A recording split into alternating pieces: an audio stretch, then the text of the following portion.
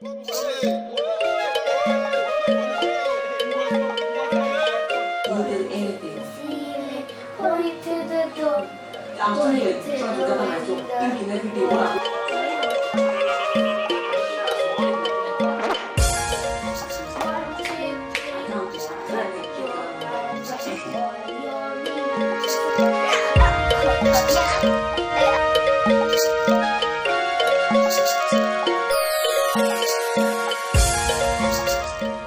we talk about the importance of local languages in Africa, there are a number of aspects, but the key aspect is that they are markers of identity.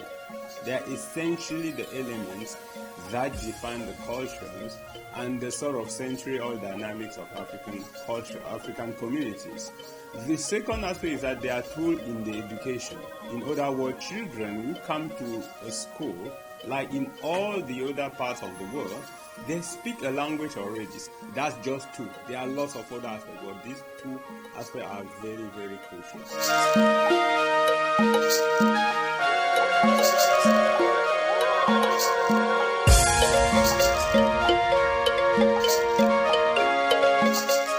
Well, I'm hoping that along the line we would be able to intensify on our efforts to get them pick up a few words, if not everything, in our local language, so that once in a while we could communicate in private if, for instance, there are other people in the house.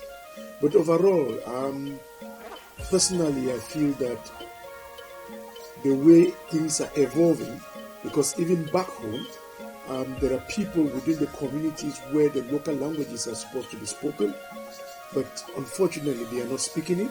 They speak English, and they are the people who are supposed to carry on with this identity, who are supposed to carry on with this culture. And if at the moment they are not speaking the language, it means in the next couple of decades to come, we would probably not have some of these local languages.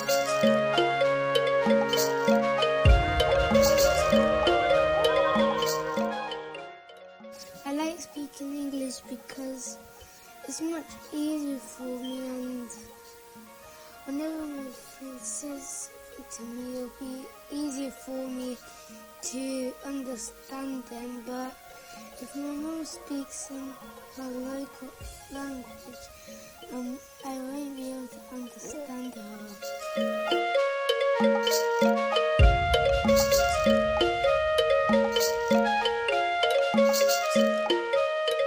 The first thing that strikes you when you hear African languages, they're very musical. They sound very musical, but that's, I suppose, partly because I don't speak those languages.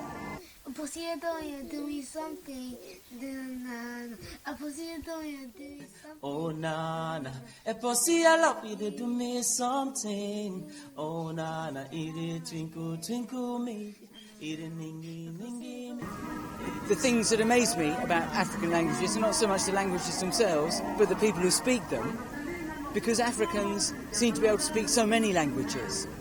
There's a man where I used to work at the BBC who speaks 8 languages, and I think one of them is French, one of them is English, but 6 African languages. And it just amazes me, and it always did amaze me, how people can learn so many languages.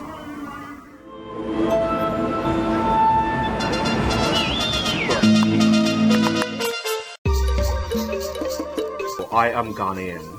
I speak about 6 Ghanaian languages, and if you want me to run through them, I speak Ewe, I speak Ga, I speak Akan, I speak Fanti, I understand a bit of Hausa, which is spoken not only in Ghana but in Nigeria as well.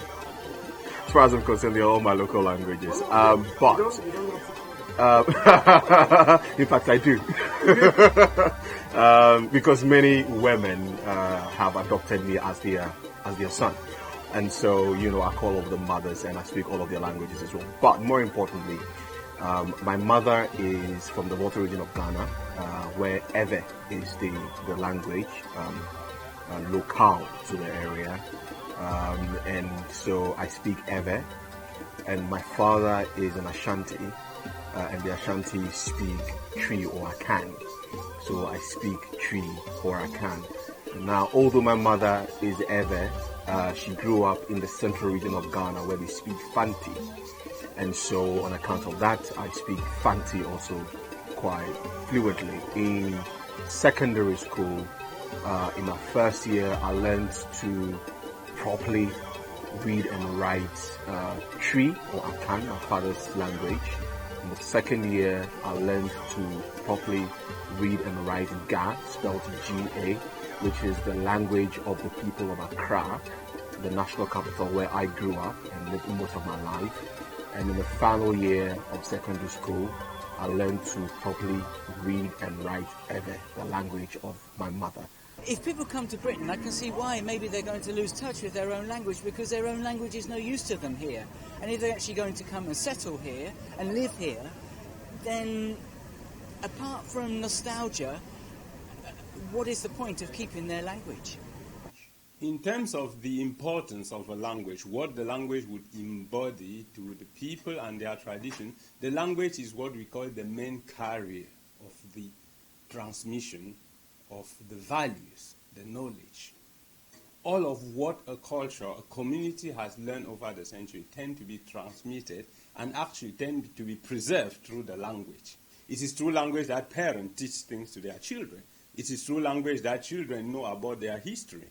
It is through language, and in all cultures, everything is transmitted. And even if a language is still in the oral phase, it doesn't change anything that a language is crucial to maintain what we call the identity of the community. Make man no try you, oh, my baby. Make no man no touch you, oh, my lady. I send you for... I don't speak my local language with my children. And that is because I didn't see the import, or I don't see the importance of doing that. Their mother speaks the language with them, and so they are good. They speak both English, Czech, and I think when they are of university or when they go to university, they will learn other languages. But for my dialect or my Ejagem language, I don't actually use it with them.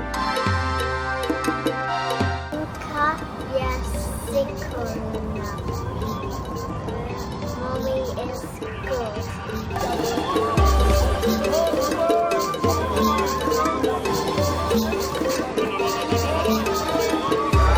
If you talk about Hausa as a language that shaped me, I think you are talking about my origin, my culture, because I'm what I am today largely because of my language, Hausa.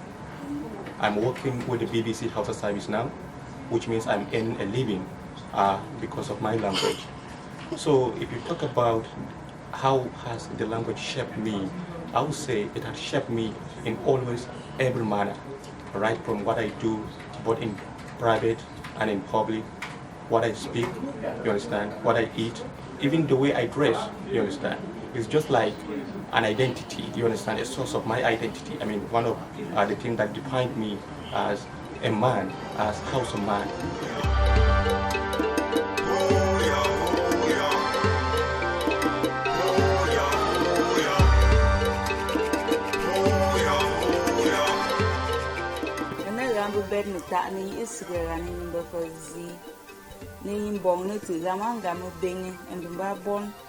Ozenzi we gaba singa mo gaba mekuda instead na ne nga makara to try ne nga beng bonbo bupini kere nga beng.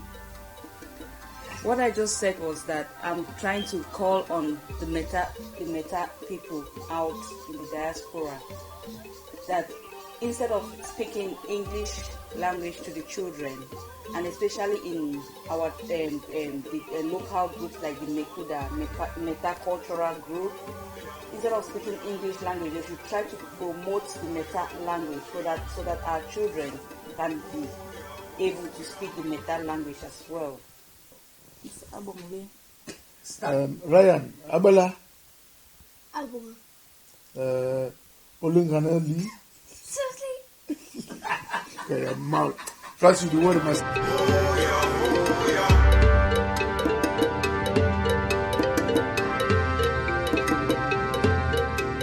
think what should happen is these parents should introduce their language to the children from the start.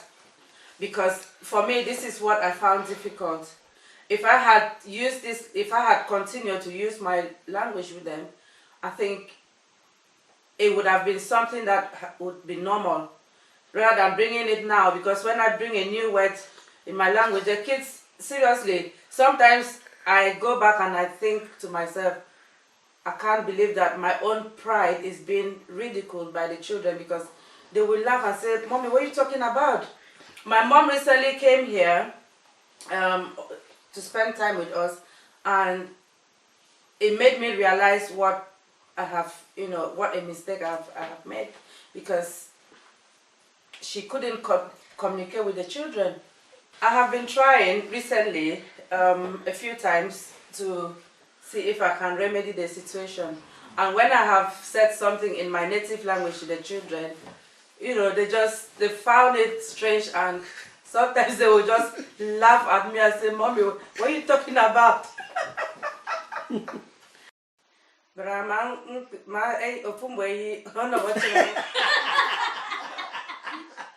You see? You see what I When told that you? was speaking, when they don't laugh. They tend to ridicule me. We are thinking of taking the kids, maybe if we are thinking of taking the kids anytime, maybe back home, we start to wonder, how are they going to communicate with your people there? Yeah.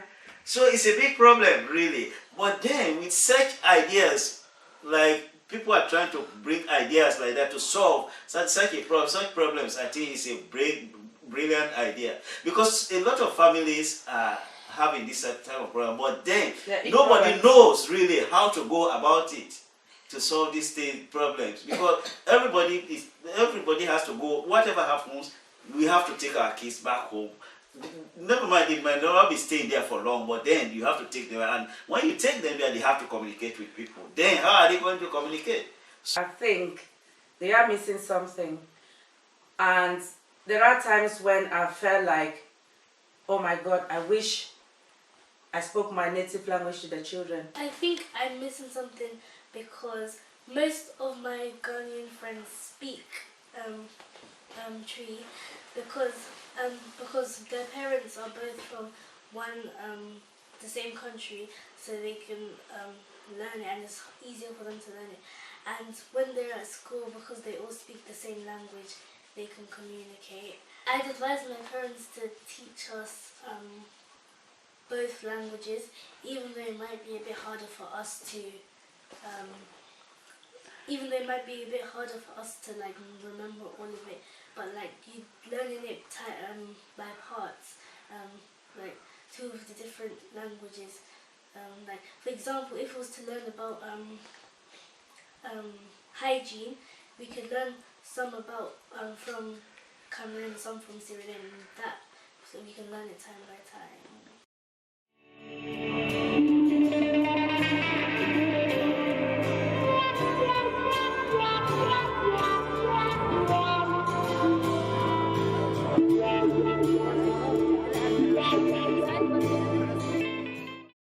I think that Rwanda is unique in a way because when I think about how many other African countries have different languages, I can't relate it to that because I only grew up speaking one language until, of course, I learned other foreign languages, but everyone speaks Kinyarwanda, so whether you go to north or south or east, everyone speaks the same languages. And we also have virtually one culture, so it's a bit unique. I don't know whether, personally, I think it's a good thing, but maybe it comes with also disadvantages. One of the disadvantages that I can think of off the top of my head is that it prohibits people from learning other languages easily because they don't need them to communicate, if that makes any sense. But in a way, it's good because it unites people. It means that people can come together and speak the same language. Communication is easy. From top down, also from down to top.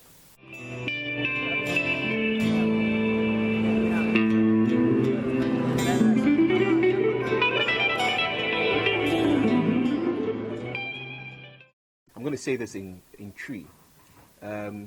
So we'll share video here. That's what the Kasana Americana. ene I will say utimi che oba sene kasa we.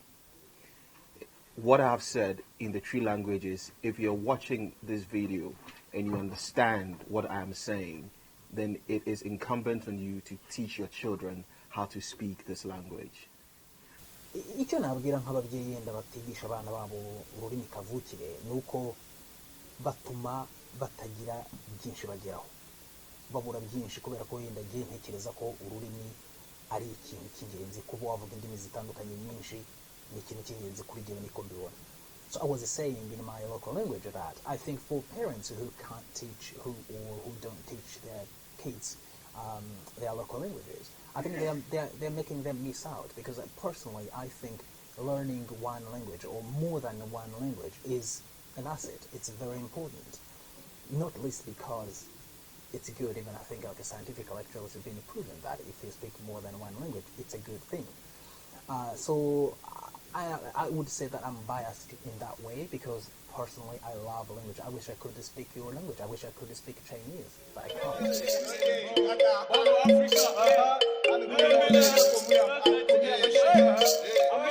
There is an importance of awareness raising.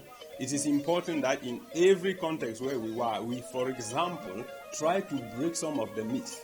It's important, for example, to tell the diasporic parents of African origin in Europe or everywhere now that actually it is a good thing for your child to actually learn the African in addition, and that will not prevent them learning, because actually it is good if the child is developing multilingualism, because that's something. The second is that a lot of these parents are very, very misinformed about their own importance in the transmission, because they don't understand that the child only will have them as the key people who can actually transmit those languages to them. So sometimes, they think that it's more important to try to send the child back to Africa when there's a chance for them to learn, which is again very important. But the daily practice of trying to talk to the children in African language, in addition to whichever Western language, wherever they are. So the parent needs to be informed, but they need to be explained that it is a good thing for the children.